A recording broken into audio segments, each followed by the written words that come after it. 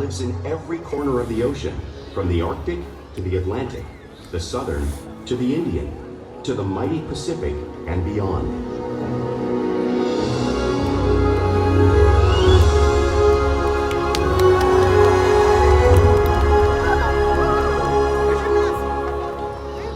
This whale's story is the ocean's story, and it is one we all share.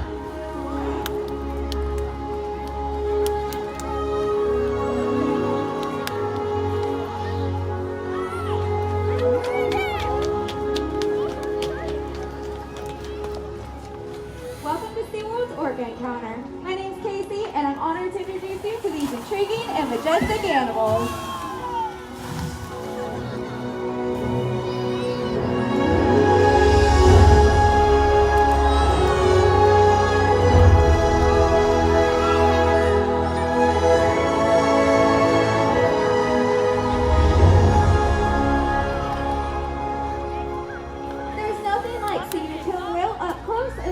And their natural behaviors.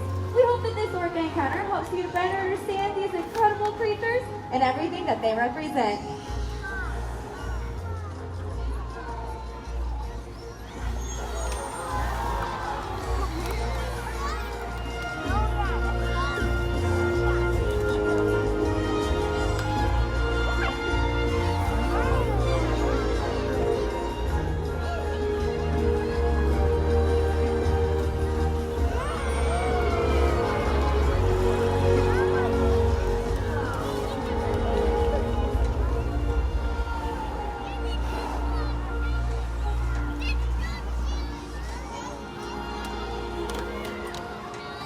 While they are found in every ocean, orcas living off the coast of Iceland are quite different than those near Costa Rica. In fact, there are at least 10 types, or ecotypes, of killer whales. An ecotype describes the differences between killer whales' size, physical form, prey, social structure, and habitat. As you can see, the differences are subtle, but noticeable when compared side by side. Orcas are adapted perfect environments, and even the whale's black and white coloration has a purpose. It camouflages the outline of their bodies in the water, making it easier for them to surprise and catch their prey.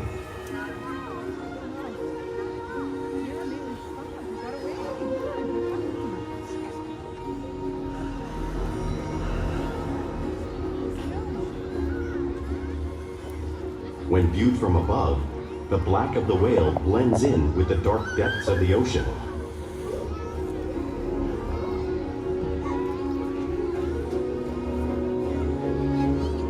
When viewed from below, the orca's white bellies match the brighter surface of the water, blending with the light above, giving them the perfect camouflage.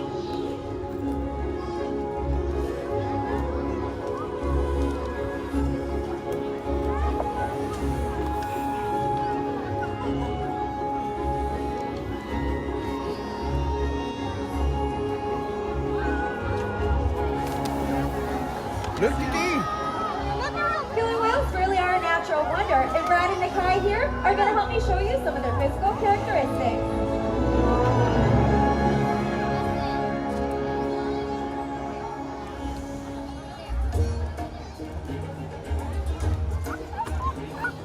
Their blowhole is perfectly designed for catching a quick breath at the surface of the water. Even the location of their eyes works to their advantage. You might think that they're located in that white patch. That's a visual distraction. They're actually located in the black area in front of the white patch, camouflaged from thrashing prey.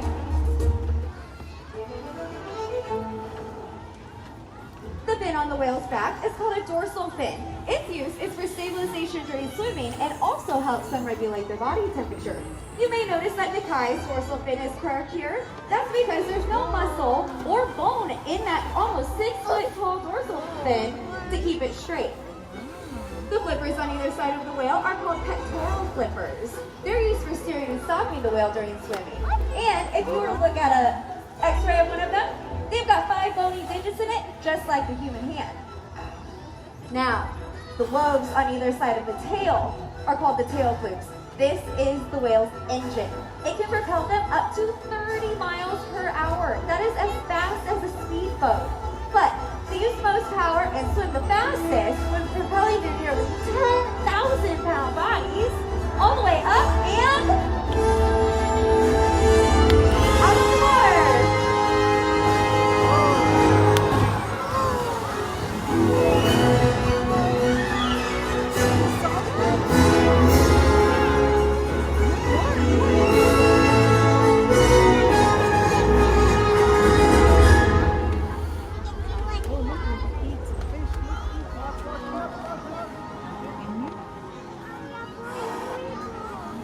Killer whales are highly social animals with a well-defined social structure.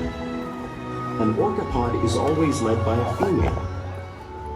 Though just half the size of her male counterpart, she is in charge. It's all about attitude, not size. Because they live and work as a group, orcas need to communicate with sounds and body language. Orcas use clicks for echolocation or navigation.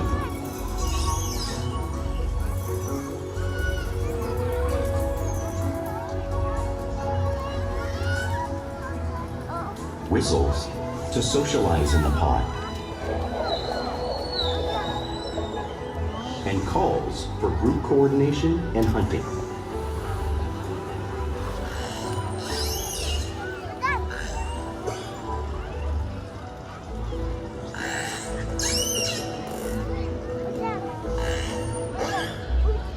Vocal development studies here at SeaWorld show that early on, calves learn vocalization from their mothers. But as they grow, they learn from others close to them as well. This is a bottlenose dolphin call that Shuka learned and even taught other killer whales here at SeaWorld. In fact, orcas are the largest members of the dolphin family.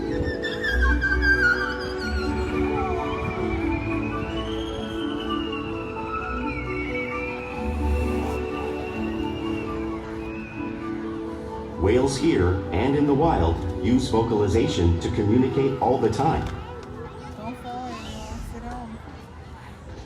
Like all animals, can use language as a form of communication. Peck slaps are used in the wild to show dominance and to get noticed. For example, a mother whale might use a peck slap to get her calves' attention.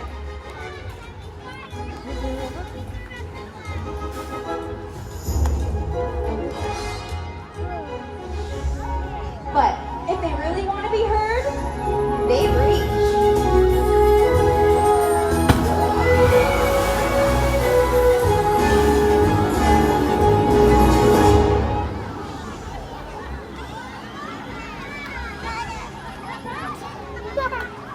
Fly hopping is how killer whales get a better view of their surroundings and coordinate when they hunt.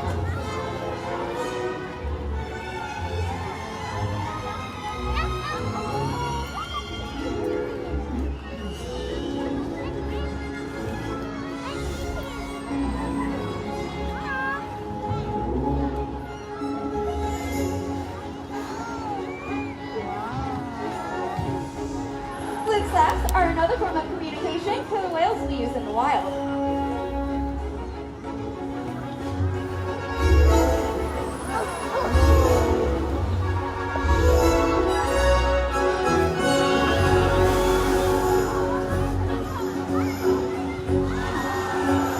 Well, suck for that dude.